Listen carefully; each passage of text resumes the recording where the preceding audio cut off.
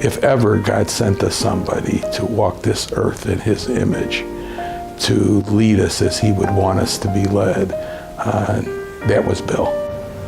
He was an energetic guy. I met him in 1968 when I came here from Chicago. And quickly we built up our friendship.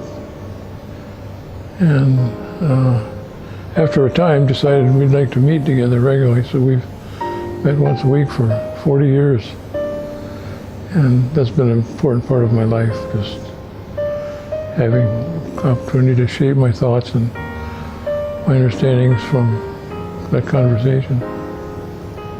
I think Bill's biggest contribution to this community is he set the tone for what a community should be. I used to hear stories about him when they had the segregation thing going on, and they didn't want black kids in the swimming pools or at skating rinks, and him loading up buses, the Edge Hill United Methodist bus, with children and taking them to the skating rink and shutting it down. He had a pretty wide range of interests. He was obviously interested in the inner city, and with the public life, the city politics, and he was particularly interested in Edge Hill as a community for people. Spent a lot of time developing the congregation, which is one of the main things he focused life on. He started a church that didn't judge people. That was my first thing that I'd heard about him, that he started a church simply because he wanted to be able, for people to be able to come as they are and to worship and teach Christian ways to people, regardless of where you came from or what type of person you were or what you believed in. You know, you could be a Muslim, you still could come to Reverend Barnes' church. Yeah. And when you were called by Bill to come over and talk, you just got in the car and went. We met together once a week for some years and sort of challenged one another to think about things deeper ways. A lot of people talk about all of the important people in the city and leaders in the city who came to visit Bill to seek his advice, to seek his wisdom on various issues. The thing I appreciated about Bill is that also people who were dealing with trouble, people of whom he had helped to get into school and maybe did not do well in school, the persons who he had helped who ended up being incarcerated, they were welcome in his home, just like those of whom were our city leaders.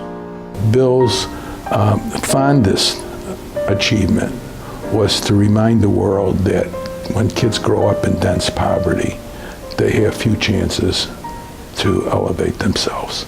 And he devoted his life to creating inclusionary neighborhoods and affordable places for kids to live.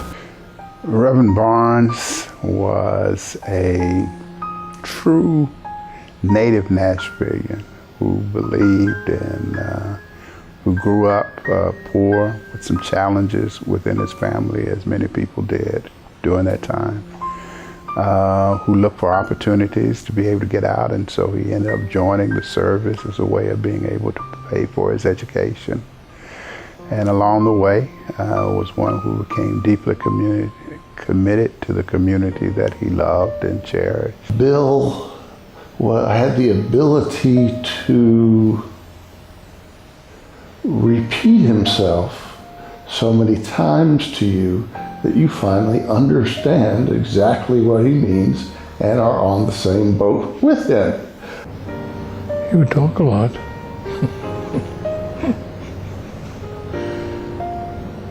And he would tell jokes.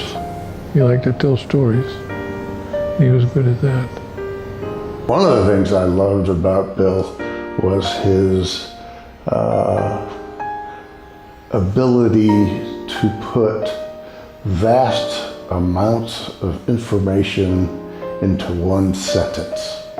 He would make this noise, it sounded like Donald Duck or something. And it would tickle me, but anytime we were at a meeting or whatever and there were young people involved, he would start talking in that Donald Duck voice to the children, and I thought that was so cute. After Bill retired from ministry, he united with the church where I was a pastor. And he would, on Sunday mornings when he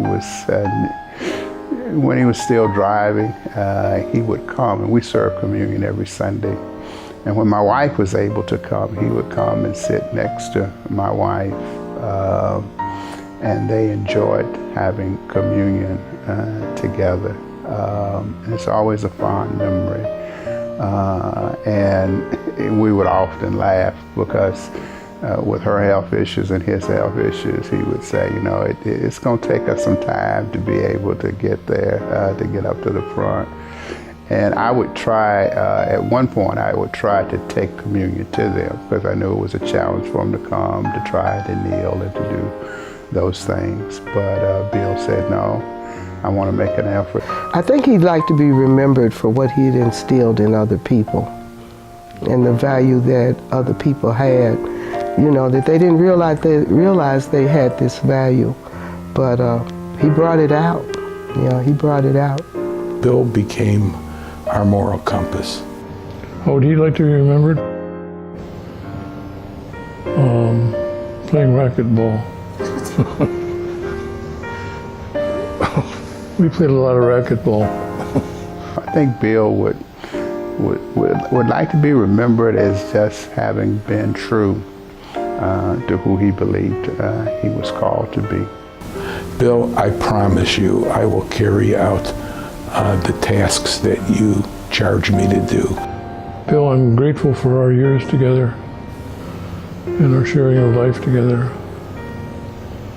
and of trying to give expression to our love for you, for God, as well as for love for the people.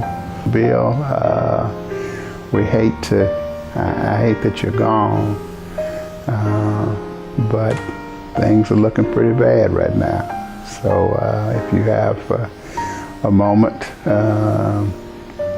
keep praying for us. Bill, I loved you. I still love you. Your passing was very difficult because you meant so much to me as I was having difficulties. And I hope that you're happy, and now that you've gone home, and I hope to see you someday one more time, because I loved working with you, Bill. You are and were a great man, a man for this city, a man for the future, and a man that made a huge difference for people who really needed you.